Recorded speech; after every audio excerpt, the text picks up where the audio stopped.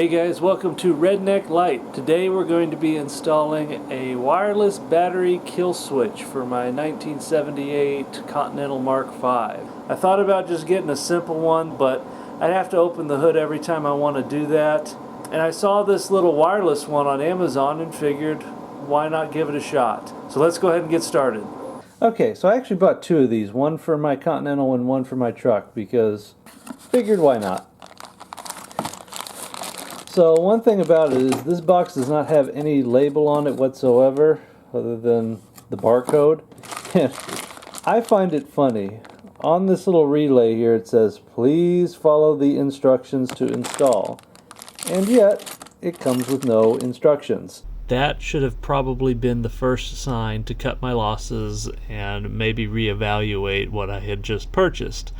As I went through the install, the cheapness of the quality and the many problems I ran into made it clear that this was not something I wanted to install on my car, because honestly it was not built well and I don't think it was a very safe product. It was more of a gut feeling than anything I could particularly point out. Everything was kind of flimsy, everything was kind of cheap. I had to jury rig a lot of things I don't think I should have had to. Instead of leaving it on the car, I went ahead and returned it. So for this particular brand of this battery cutoff product, I do not recommend. I'm not even going to leave a link to it in the description. It's no good. I'll leave the name of it in the description just so you can look to avoid it. But I went back and purchased one that was actually about the same price, but has far higher quality materials, and I'm going to show you that install instead.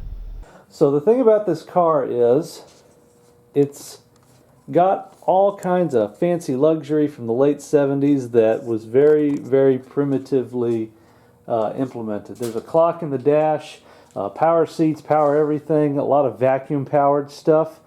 The big problem though is they tend to drain the battery really, really quickly when it's sitting around doing nothing for long periods of time. Another problem that's kind of unique to these older Lincolns is the seat switches to move the power seats around. They get corroded over time, and sometimes when they're sitting there they can actually short out and start a fire. And seeing as I parked this in my shop, I figured it would be a good idea on multiple fronts to add a battery disconnect switch, so that way it doesn't drain the battery and it doesn't burn my shop down. Alright, so just doing the unboxing.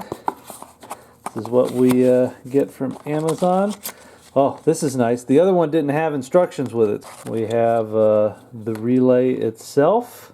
We've got some battery cables, we've got the remote controls, and then the battery post. Now this one looks like, I wouldn't say it's any better or worse quality, but this one looks like it's the actual proper size for the negative terminal of a battery post. And I can already tell I'll actually be able to turn the nut on this one. Overall, so far I'm pretty encouraged. Everything looks like it's designed a whole lot better here. Okay, so got everything wired up.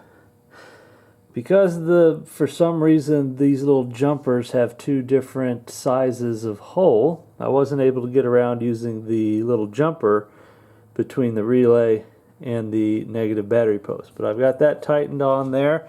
I've got the negative battery cable from the car hooked to this jumper. I've got the positive wired to the positive battery post on the battery. And you should be able to hear the relay click on and off. So on, now everything's powered, off and it's disconnected. So basically the same as pulling the battery cable manually.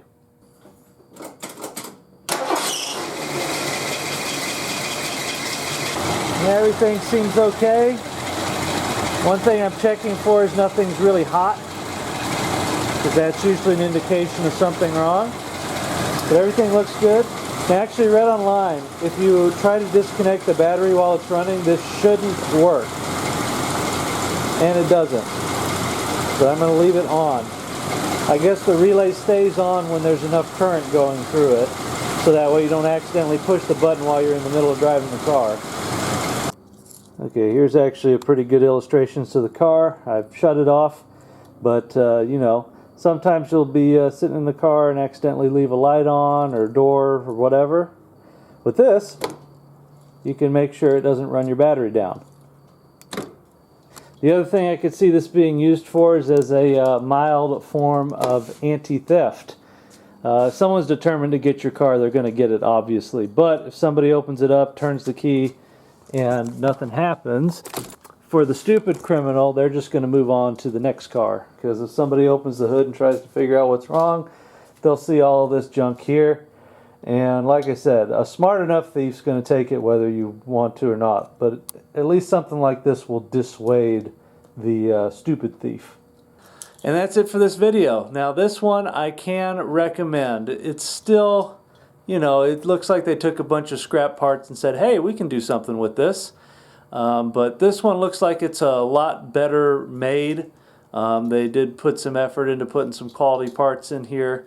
Everything fit other than that one deal with the negative battery cable, but it was easy to overcome with the parts included in the box. I didn't have to go digging around or try to modify everything.